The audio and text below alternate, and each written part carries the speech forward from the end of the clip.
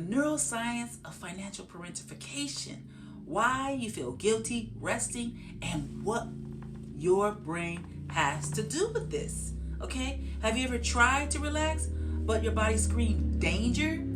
Have you felt guilty not helping someone, even when you knew it wasn't yours to fix? Okay? So that's what we're going to talk about on Trauma Talks today.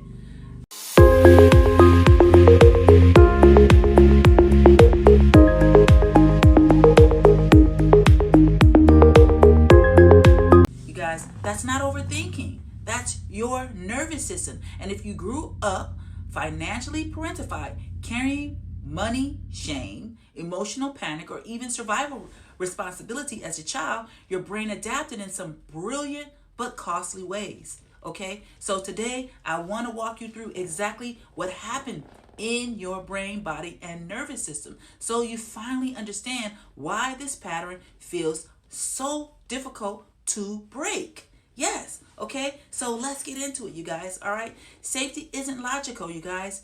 It's learned. Your nervous system didn't learn safety through peace. It learned safety through performance, through fixing, through carrying. When your parents stressed about money, it wasn't just tension, it was threat. And your brain had one job: keep you connected, keep you safe. So it wired perfection patterns. Stay alert. Don't be a burden. Anticipate danger. Keep things stable in the family. Not because you were dramatic, but because your body recorded the emotional chaos as survival data. Yes, okay? The brain stress blueprint. Let's get into it, you guys, okay? Let's talk about biology for a second, you guys. 3 main systems were impacted by your childhood trauma, okay? First, the amygdala. That's the fear detector, you guys. The hippocampus, your stress response, and the prefrontal cortex, your executive functioning, okay? In parentification, amygdala hyperactive, everything is potential emergency. In the hippo, floods your cortisol with cortisol, okay, which is normal. But the prefrontal cortex gets hijacked, all right? This is what's happening, you guys. This isn't trauma as drama. This is trauma as neurobiological remodeling. Why? Okay, why? What does it take to heal? Okay, all right? You might know the pattern, you guys, okay? You might journal it, you might name it, you might even track these patterns. But when someone else is in pain or pressure, your body says, fix it, or you're unsafe. Yes, that's what your body is telling you. That's because insight is housed in the mind, but survival is stored in the body. You're not failing at healing, you guys. No, you're not failing, okay? Your nervous system is simply running an old script it believes is still required, okay? And that's what I want to help you heal today, you guys, okay? So let's get further into this, all right? Self-protection, okay? Overfunctioning, you guys, okay? A lot of people talk about this, but in neuroscience terms, you're carrying systems systems became overdeveloped. This system became overdeveloped. You learn to attune to others more than you attune to yourself, right? To anticipate collapse, to carry shame that wasn't yours. Yes, this isn't empathy, you guys. It's survival-driven co-regulation, where your safety depends on keeping others emotionally intact. Yes, that's what your body learned, okay? So let's get into interoception, okay? Let's break it all the way down.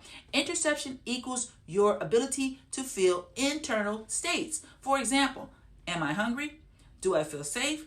Do I need a break? Okay, that's interoception, okay? If you were constantly tracking parents' stress or moods, interoception got surpassed, okay? You were busy scanning them, not yourself, okay? And that's a big problem. So now you may struggle to feel your limits. You may ask for needs, ask for needs, but trust internal cues, or have difficulty trusting internal cues. This isn't selfishness. It's a system never got to prioritize your body, okay? All right, rewiring. What needs to change, you guys, okay? Healing means restoring safe internal signals, healthy amygdala responses, executive functioning under stress. Interoception accuracy. This isn't positive thinking. It's neuroplasticity, the brain's ability to change. You're not broken. You are adaptive. And adaptation can be repatterned. Yes, you guys. Okay, so let's go further into this. Practices that work, you guys. Okay, if you try to think your way out of this, you're not weak though, you guys. You're just missing a body-based approach. And that's what self-empathy gives us, okay? The core practices, okay? Slow down under pressure, all right? Signal safety, okay? Pause before rescuing someone. Delay the response just for a minute, 10 minutes, okay? Speak internal to the child. Part of you, you don't have to fix this. This is safe to, you're safe to trauma talks, okay? We do soul level healing here, okay? So self-empathy and faith. All right, after financial parentification, how to meet yourself with compassion, rebuild worth beyond usefulness. Okay, all right, so that's what we're gonna really get into for you. Okay, so all right, the emotional weight of survival, you guys. All right, there's an emotional weight involved with this. Yeah, there's emotional weight. You weren't just helping, you guys. You were carrying someone else's emotional chaos, hoping it would buy love, safety, or peace. All right. Financial parentification didn't just give you stress. It gave you a false identity. My worth equals my usefulness. Yeah. This video is about that, okay? That's what this video is about. It's about reclaiming the truth of who you are, your true identity, and letting go of that false self, even if you never known yourself outside of this performance, okay? All right? So, self-empathy. Let's get into it. Self-empathy isn't self-indulgence, you guys. Self-empathy doesn't mean you stay stuck, okay? So we got to get into this healing. It means you stop blaming a child who never had a choice. They never had a choice, okay? Try saying something like, you didn't choose this. You adapted. You kept others stable. You didn't fail. You survived. But you don't have to carry this anymore. Your nervous system hears this and it softens, not from force, but from recognition. Yes, that's what's going to work, okay? Not the pressure, but just the soft guidance, okay? Nervous system listening, okay? Here's what no one tells you, okay? Healing isn't about big moments. It's about daily tone, breath, and repetition. That's what healing is really about. Say it like this. I see you. I'm here. You are safe now. Okay, that's how you do it, okay? You can put your hand on your stomach or your chest. Your body starts learning. Safety isn't earned. Peace isn't a threat. Needs aren't betrayal, okay? Needs are not betrayal, you guys, okay? Faith, reframe, okay? You're not the savior, okay? Let's reframe it. In faith, we're told, my yoke is easy, my burden is light. But when you've been carrying financial and emotional burdens your whole life, that verse can feel like a lie. It's not a lie, but it might feel like that. So here's the truth. You were never meant to carry what belonged to God. Yes, you were not meant to carry that, okay? You were never the source. You were never the provider in the first place.